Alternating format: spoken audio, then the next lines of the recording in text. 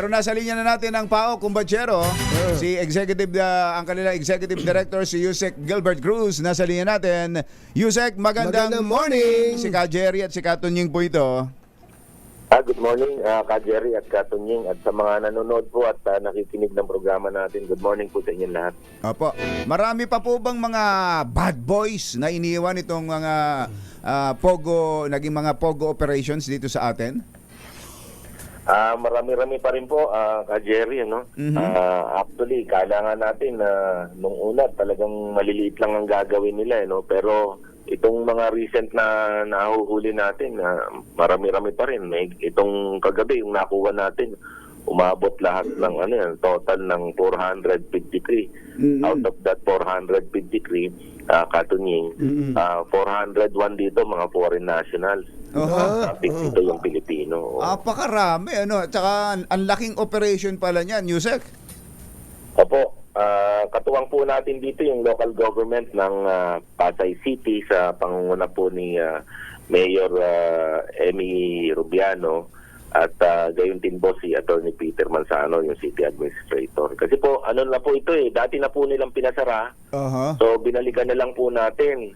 At tama po yun na nagulat din po sila na nag-ooperate pa rin pala ito. Buong building ho yan, inoccupy nila? Hindi naman po. Bali, 7 buildings po yung ginagalawan nila ron, ano? 7 buildings? 7 story po yung ginagalawan nila. 7 floors. Yung 7 floors po na yun, 5 po doon yung ginagamit nila sa kanilang scamming activities. Matindi, ano. Yung ito puntahan ho natin, yung scamming ho nila diyan sa operation yan, meron pa ho bang Pogo talaga ang ginagawa Gaming. o puro yung gaming, yung offshore gaming, o puro pang-i-scam na lang? Ano po ito, Ka Jerry and Ka Tunying, puro scamming na lang ito. Love scam. Ayun. Gumagawa sila noon, investment scam, tsaka cryptocurrency scam. Ang nakakalungkot nga dito, ayon dun sa ating technical team na sinama from the DOJ, pati mga Pilipino binibiktima na nila kasi nakakakita sila ng mga pera na pinadala ng mga Pilipino dun sa kanilang sa kanilang platform, ano. Yung nakakita sila doon, sabi nila hindi lang pala foreigner ang binibiktima nito, pati Pilipino binibiktima na. Matindi. Mga anong lahi po yan, Yusek? Yung 401 na foreign nationals, Katunying, 207 dito mga Chinese, and then 132 po Vietnamese, 24 Koreans, 14 Indonesians, merong 11 na Malaysians, 12 na Burmese, tsaka isang taga Madagascar, yung South African. Meron pang Madagascar, ha? Opo. So kung po ito, United Nations. Tama po. Parang we are the world. We are the world pala ito. Isipin nyo. Pero ito po ba meron ba dyan ng mga nahuli nyo na rin dati? Meron po kami tinitignan na dalawa. Yung isa ho parang galing sa Porap at yung isa ho parang nahuli na po namin dito sa Metro Manila. Yung isa parang boss Katunying sa Porap Ang balita ko magabi, ito po yung nagdadala ng mga babaeng foreign nationals doon sa Porap. So parang ito po ay para siya leader dito sa nadali nyo sa Pasay. Opo, ganun nga ho. Yun nga, yung isa nga ho, medyo, yung isang sutil doon dahil nagwala pa. So, talagang nakipagbuno pa yung mga pulis po natin from DCIDG, Philippine National Police, para ho mapigil yung pagwawala ng isang boss doon. Gano'n na raw ho katagal na nag-ooperate yan, Yusek? Ang sabi po, kasi dahil may dati po silang may mga permit po silang pinakita, yung dati pa po nung unang beses na pinasara sila, mga 2 taon na po. 2 taon na? O, tindi. Kaya pala nakapag-ipon ng ganyang karaming tao para makakuha ka ng ganyang 400 United Nation. Matinding operation nga pala yan, Yusek, ano? Malaking grupo yan. Opo. Nagulat nga ako kami dahil hindi na kami nag-expect ng ganito karaming mahuhuli. Ano, po. Ito yung isa sa pinakamalaking nahuli po namin. Oo. Po sa dami ng POGO workers.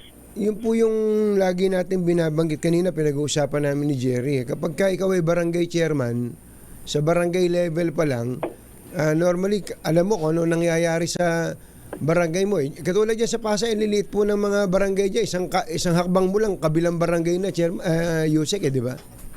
Tama po. Isa ho sila sa pinakamaraming barangay dito sa Metro Manila. Kasama po yung Manila. Na ganyan din ang sitwasyon na katungin. Yes, ilang street lang, isang barangay na po. Opo. Paano po ba yan? Malamang marami pang ganyan. Kung hindi, it's either hindi alam nung barangay chairman o kaya nalagyan yung barangay chairman. Tama yun, Katunying. Tingin ko marami pa po dito sa Metro Manila. Ang bilang nga namin talagang mahigit 100 pa ito, Katunying. Naku. Kaya nga po, yung ginagawa po ni SILG ngayon at saka ni DILG Secretary Remulla na paggalawin na po yung mga local government. Kaya tingin ko nauna na po ito yung Pasay City para po gumalaw at linisin yung kanila pong nasasakupan. Oo nga, may warning na nga sa mga di ba, local chief executives, Yusek, na may pananagutan sila kung meron pang makapag-ooperate ng ganyan sa kanilang nasasakupan. Tama po 'yun, Jerry, and Katunying. So dapat pala po ng memo si SILG tungkol dyan. Dapat pala pati barangay. Kung sino mang kung ang isang POGO hub o isang scam hub sa isang barangay, hindi alam ni chairman, dapat managot si chairman. Tama po 'yun. Kasi nga yung dito kasi ang gusto nitong mga foreign nationals na to, especially itong mga nagtatrabaho sa mga POGO na ito. Yung marami ka rin foreigners na nakikita. Ito sa yung na-rate po natin, puro foreigners na makikita mo dahil ito yung nasa sentro ng ng business district to nila. Diyan ho rin sila nakatira? Hindi po, hatid sundo po sila. Tingnan mo na. Doon, tsaka mga Lexus na van, tsaka mga Alphard van. Makikita mo yung activities po, di ba, Yusek? Opo. Ang ano nga dito, sabi ko, talagang nagtatago na ito Katunying. Yung mga bintana nila, pinagtatakpanan nila nung mga black na material, yung mga bag.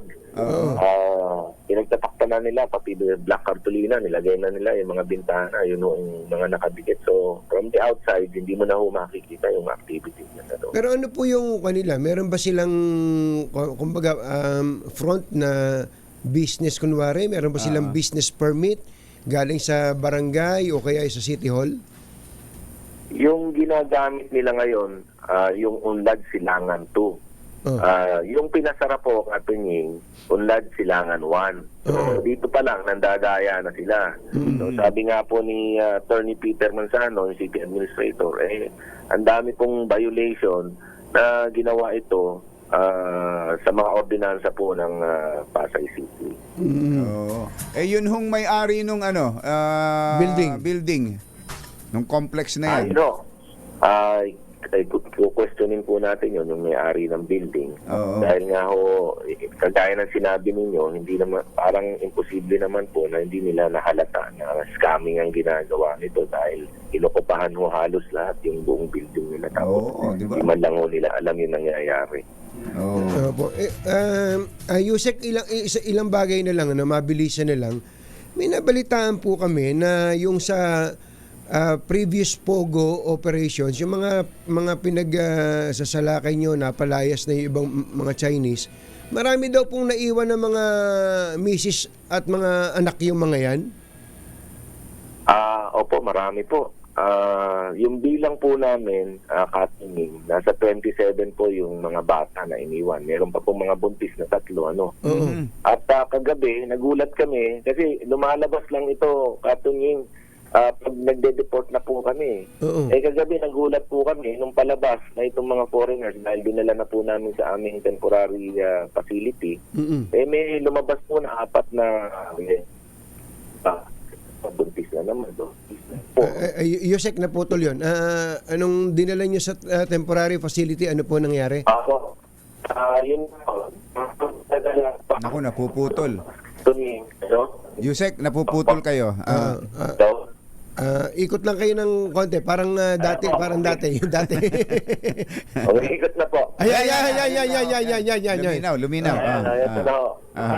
Yun nga ho, nung patakay na po ng bus, ayun ho, naglabasan na yung dalawang buntis, saka yung dalawang may dala-dala. Nako. Mga foreigners din po yan. Naku, naputol na. Mga Pinay. Konti na lang, Yuel. Mga Pinay kumbatsero Oo nga, yan. eh. Yung napaibig na mga Pinay, Mga Pinay. napaibig na mga foreigners. Oo. Dahil maraming pera eh. Kaya nga. Maraming pera itong mga to, kaya mag-sustain. Tapos biglang natigil ang Ano mangyayari sa mga yun? Paano na? Nadali pa yung Pilipina eh. Oo. Napaibig kumbatsero. Pwede kayang may magagawa kaya doon ang paok. Hindi naman pwedeng sagutin ni Yusek yan. Nako, mauubos si Yusek diyan. At baka Lagot siya kay- baka siya pa mapagbintangan diyan. Lagot siya kay Mayora, Kay Mayora. aka Congresswoman. Yusek, andiyan ka na ulit? Apo. Ayan, oo. Tinatanong ni kumbatsero dito kung mga foreigner daw ba yung mga buntis? Hindi po, mga Pilipina po. Naku po. Yung dalawang buntis, saka yung dalawang may dalang anak kagabi, mga buntis, Pilipina po. Nako. Yun yung napaibig ng mga foreigners, ano? Apo, tama po yun. Nako. Paano pong mangyayari sa kanila, Yusek? Maganda na po yung usapan namin ng DSWD na talagang tinutulungan naman po nila yung mga, lalo na ho yung mga bata, kasi madalas po napapadala sa ospital, So, yung pagdating ho sa gamot, saka yung sa ospital, nagtutulong na po kami ng DSWD. And minsan ho, yung mga pagatas, saka yung pampers, kung meron din lang naman ho kaming may abot, tinutulungan na lang po namin. Bira na extend pala yung pao kung naging bahay. Magiging bahay ang punan na kayo. Opo. Marami na po. 27 na yung alaga namin, Katunying. Seryoso. Mga sanggol po yun, no? May mga yung iba, mga sanggol talaga, no? Pambira. Baka pagdudaan naman kayo ni Mayora niyan. Hindi, pinapaliwanag kong mabuti yun, Katunying. Teka muna pala, si Mayora ba tatakbong congresswoman daw? Hindi po. Mayor pa rin po. Mayor. Post naman po siya. Wala po siya. Nakalaban. Ako. Ayos. Oo. Sige po, thank you so much Yusek, po. Maraming salamat. po. Thank you rin po. Thank you rin po. Yusek Gilbert Cruz ng PAOK.